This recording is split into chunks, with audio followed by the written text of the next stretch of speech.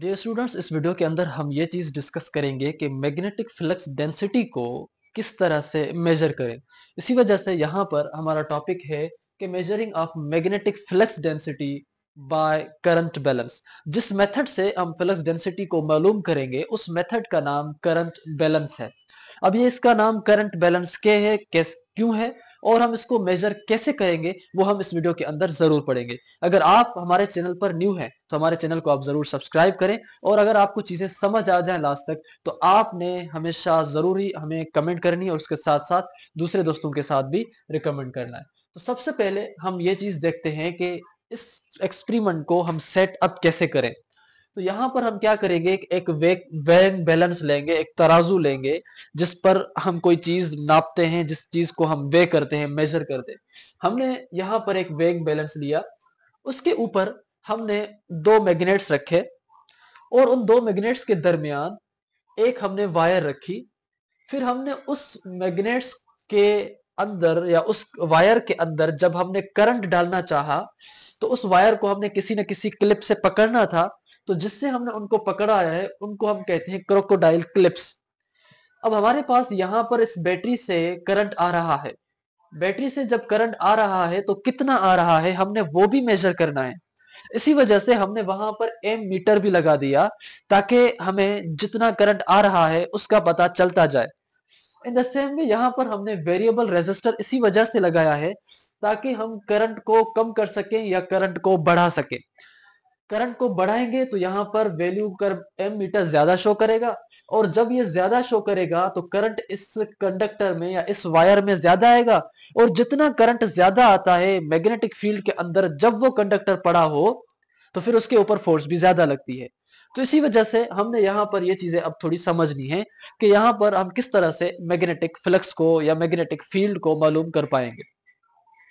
सबसे पहले I hope को आपको ये छोटी छोटी चीजें समझ आ चुकी। पहली चीज ये कि हमारे पास यहाँ पर ये जो दो मैग्नेट्स हैं, ये दो मैग्नेट्स ऐसे नहीं हैं, ये दो मैग्नेट्स कुछ इस तरह हैं, ठीक है।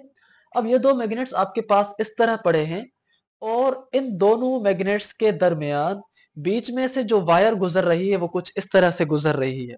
ये थोड़ा आप इसकी कंस्ट्रक्शन समझ लें, ठीक है। अब यहां पर अगर ऐसे है तो फिर आप कहेंगे कि इन दो मैग्नेट्स के दरमियान जो मैग्नेटिक फील्ड है वो यूनिफॉर्म है, यानी कि वो मैग्नेटिक फील्ड चेंज नहीं हो रही होगी बार बार, वो एक जैसी है, एक जितनी है, यूनिफॉर्म है, कांस्टेंट है। दूसरी चीज, यहां पर आपने ये जो वायर का टुकड़ा या वायर का पीस रखा है, इस वायर के टुकड़े को आप मेजर कर लेंगे। जो भी यहां पर लिखेंगे कि उसकी भाई लेंथ कितनी है, उसमें से करंट आए तो आ रहा है, लेकिन जिस वायर में से या जिस कंडक्टर में से वो करंट गुजर रहा है उस कंडक्टर की या उस वायर की लेंथ कितनी है, वो लेंथ भी आपने मेजर करनी है। वो लेंथ आप मेजर करेंगे रूलर से। तो आप कहेंगे कि ruler is used to measure the length L of current carrying wire. Dear students, यहाँ पर आप ये चीज देखेंगे कि भाई यहाँ पर ये जो वायर है शुरुआत में उसके पास कोई भी करंट नहीं है। जब इनिशियली इस वायर के पास कोई भी करंट नहीं था, यानी ये आपस में कटी हुई थी, तो उस टाइम जब उसमें करंट नहीं था तो हम कहेंगे कि इस मैग्नेट के ऊपर आपका जो ये मैग्नेट है is on top of balance, इस बैलेंस के ऊपर या इस तराजू के ऊपर है। और यहां पर आपको वहां पर जो मेजरमेंट आ रही है वो जीरो कैलिब्रेट कर रहा है, यानी वो मेजर जीरो कर रहा है। क्यों? क्योंकि यहां पर जब कोई भी करंट नहीं है तो करंट ना होने की वजह से यहां पर मैग्नेटिक फोर्स भी नहीं है।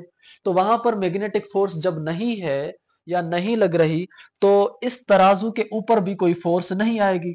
जब कोई फोर्स नहीं आएगी तो नतीजतन यहां पर ये वेग बैलेंस आपको कैलिब्रेट जो वैल्यू करके देगा, जो वैल्यू आपको मेजर करके देगा, वो वैल्यू जीरो होगा क्योंकि उसमें वायर में कोई करंट नहीं है। अब हम आते हैं इस चीज के ऊपर कि अब वायर के अंदर जब करंट आ चुका, यहां पर हमने इसको अब कनेक्ट किया। जैसे ही हमने इसको कनेक्ट किया तो अब करंट इस वायर में से फ्लो होना शुरू हुआ थ्रू द वायर।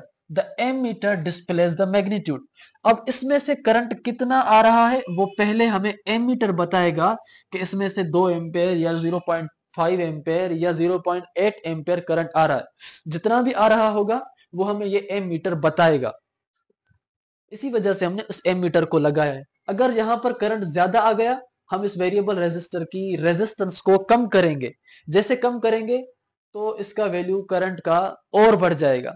अगर हमने इसके करंट को कम करना है तो हम वेरिएबल रेजिस्टर की जो रेजिस्टेंस है वो हम बढ़ाएंगे। जिस तरह बटन होता है ना, इसको प्रेस करते हैं हम, इस तरह रिवॉल्व करते हैं, पंखे का जो स्पीड होती है, वेरिएबल रेजिस्टर ऐसे होता है। जो पंखे की स्पीड है वो भी वेरिएबल रेजिस्टर होती है, जो हम स्विचेस हम उसमें से वो बटन लगाते हैं इस तरह। तो जैसे ही आपने वेरिएबल रेजिस्टर की रेजिस्टेंस कम की, यहाँ करंट बढ़ गया, एमीटर ने हमें वैल्यू बताया कि भाई यहाँ पर करंट बढ़ चुका है और वो करंट अब यहाँ पर इस वायर के अंदर आ चुका है। अब क्या होगा? अब ये होगा कि वायर एक्सपीरियंसेस अपवर्ड फोर्स। अब सवाल ये है कि अपवर्ड फोर्स क्यों? ये चीज आपने समझनी है कि वायर के ऊपर अपवर्ड फोर्स यहाँ पर क्यों लग रही है। देखें आप, हमने पहले कहा कि ये जो दो मैग्नेट्स हैं ये इस तरह नहीं है बल्कि इस तरह है, हॉरिजेंटली पड़े हैं, ठीक है।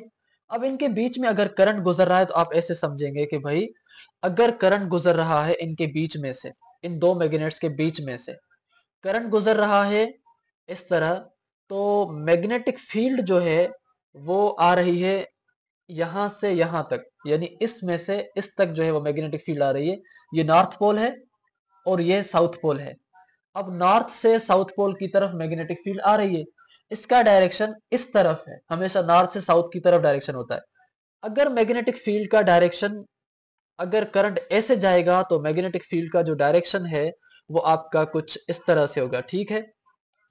इस तरह आप ऐसे समझें कि भाई ये आपके पास करंट इसमें से गुजर रहा है और मैग्नेटिक फील्ड आपकी ऐसे जा रही है, और यहाँ पर ये जो थंब है ये शो कर रहा है फोर्स। अब फोर्स जो लगेगी वो वायर पर लगेगी, वो कहां पर लग रही है? वो थंब बता रहा है कि इसके ऊपर जो फोर्स लगेगी वो अपवर्ड फोर्स लगेगी। इसी वजह से हम कहेंगे कि भाई यहां पर इस करंट के ऊपर जो फोर्स लग रही है वो अपवर्ड फोर्स लग रही है। अगर आपको ये फ्लेमिंग्स लेफ्ट हैंड रूल ये नहीं समझ आ रहा तो आप हमारे जो पिछले वीडियोस हैं वो जरूर समझें, क्योंकि हमने उनके अंदर आसानी के साथ बिल्कुल इजी स्टेप्स के साथ हमने समझाया है कि ये चीजें वर्क किस तरह करती हैं। आपने अगर वो चीजें देख ली हैं तो मैं समझ सकता हूं कि आपको यहाँ पर कंप्लीटली कॉन्फिडेंस होगा। तो अब यहाँ पर हमने ये चीज कही कि भाई इसके ऊपर अपवर्ड फोर्स लग रही है अकॉर्डिंग टू फ्लेमिंग्स रूल, ठीक है। किसकी वजह से? भाई फ्लेमिंग्स लेफ्ट हैंड रूल की मदद से या वजह से इसके ऊपर अपवर्ड फोर्स लग रही है। अब जब इसके ऊपर या वायर के ऊपर अपवर्ड फोर्स लग रही है तो न्यूटन के थर्ड लॉ ऑफ मोशन के हिसाब से हम ये कहते हैं कि an equal and opposite force act upon the magnets. अगर इन मैग्नेट्स के बीच में ये रहने वाली वायर के ऊपर अपवर्ड फोर्स लग रही है तो इन मैग्नेट्स के ऊपर जो फोर्स लगेगी वो डाउनवर्ड फोर्स लगेगी। अब जैसे ही इन मैग्नेट्स के ऊपर डाउनवर्ड फोर्स लगेगी तो वो फोर्स इस वेइंग बैलेंस के ऊपर लगेगी और वेइंग बैलेंस और नीचे आएगा। जैसे नीचे आएगा तो यहाँ पर वैल्यू हो जाएगा कुछ और, 0 0 से वैल्यू कुछ और आ जाएगा, यानी कुछ ना कुछ मेजरमेंट देगा। और वो मेजरमेंट हमें बताएगी कि यहाँ पर जो फ्लक्स डेंसिटी है वो कितनी है। जितना ज्यादा मतलब वहां पर आपका फोर्स आएगा उतनी ज्यादा यहाँ पर मास आएगा। तो और फिर हम यहाँ पर तो ये बैलेंस हमें बता रहा है मास, यहाँ पर हमें फोर्स कैसे पता चल रही है? ये चीज आप सोच रहे होंगे कि भाई यहाँ पर अगर फोर्स लग रही है, मैग्नेट्स डाउनवर्ड फोर्स लगा रहे हैं, तो ये वेग बैलेंस तो इसका मास मालूम कर रहा है। तो फोर्स हमें कैसे पता चलेगी कि इसके ऊपर फोर्स कितनी लगी? ये हमें कैसे पता चलेगा कि यहाँ पर मैग्नेटिक फ्लक्स डेंसिटी कितनी है? ये चीज अब आप समझेंगे। देखें कॉन्सिक्वेंटली नतीजतन ये होगा कि जो मैग्नेट्स हैं वो पुश होंगे downward, causing the balance to indicate a reading. फिर नतीजे में ये होगा कि ये बैलेंस कुछ ना कुछ रीडिंग इंडिकेट करेगा, कुछ ना कुछ ये मास का वैल्यू शो करेगा। अब यहाँ पर आपके पास जो वैल्यू आएगा ग्राम्स में वो मास का वैल्यू आएगा। आपने उस ग्राम के वैल्यू को किलोग्राम्स में कन्वर्ट करना है, फिर आपने उसको यहाँ पर लिखना है। यहाँ पर जो ग्रेविटी हमारी है 9.8 वो आपने यहाँ पर लिखनी है। फिर जब आप इन दोनों को मल्टीप्लाई करेंगे तो आपके पास फोर्स मिल जाएगी कि उनके ऊपर कितनी फोर्स लगी है। इस तरह से आपने अभी वो मैग्नेटिक फोर्स जो मैग्नेट्स ने डाउनवर्ड लगाई है वो आपने मेजर कर ली, वो आपने यहां पर लिख ली F is equal to mg। अगर यहां पर वैल्यू मिसाल के तौर पर 1000 आता 1000 ग्राम, तो आप यहाँ पर लिखते मास 1 किलोग्राम, क्योंकि 1000 ग्राम 1 किलोग्राम के बराबर होते हैं, इंटू मल्टीप्लाई बाय जी, और जी वैल्यू बराबर होता है 10 के, तो 10 × 1 = 10, तो मतलब ये हुआ कि फोर्स आपकी जो वहां पर हो जाएगी वो 10 न्यूटन हो जाएगी। अब यहां पर आपको फोर्स तो मालूम हो चुकी है। अब इसी फोर्स के बाद, after finding the force, find the magnetic flux density. क्योंकि मैग्नेटिक फ्लक्स डेंसिटी का आपने इस वीडियो से कबल लेक्चर नंबर 9 के अंदर, जहां पर हमने गलती से 8 नंबर लिख दिया था, उसमें आपने ये चीज समझी कि मैग्नेटिक फ्लक्स डेंसिटी का फार्मूला B = F/IL है। अगर ये फार्मूला मैग्नेटिक फ्लक्स डेंसिटी का है, तो आपने यहां पर फोर्स का वैल्यू तो मालूम कर लिया कि फोर्स कितनी है। करंट जो आप यहां पर दे रहे हैं वो आपने इस एमीटर की मदद से मालूम कर लिया था, वो आपने यहां पर लिखा। हमने शुरू में कहा कि इस वायर की आप रूलर की मदद से जो है वो मेजर करेंगे लेंथ, और वो लेंथ भी आपने यहां पर लिख दी। जब आप इन तीनों वैल्यूज को आपस में लिखेंगे तो आपको जो वैल्यू मिलेगा वो वैल्यू मैग्नेटिक फ्लक्स डेंसिटी का मिलेगा। इस तरह से हम मैग्नेटिक फ्लक्स डेंसिटी का वैल्यू एक्सपेरिमेंटल वे से जो है वो मेजर करते हैं। अगर आपको ये वीडियो जरूर समझ आया तो हमारे चैनल को जरूर सब्सक्राइब करें और दूसरे दोस्तों के साथ भी रिकमेंड करें, और साथ साथ में हमारे चैनल को साथ कुछ कमेंट्स देते जाएं, ताकि हमें यह मालूम हो कि आपको ये जो लेक्चर्स हैं वो समझ आ चुके। तो मिलेंगे नए वीडियो में, तब तक दीजिएगा इजाजत। अल्लाह हाफिज।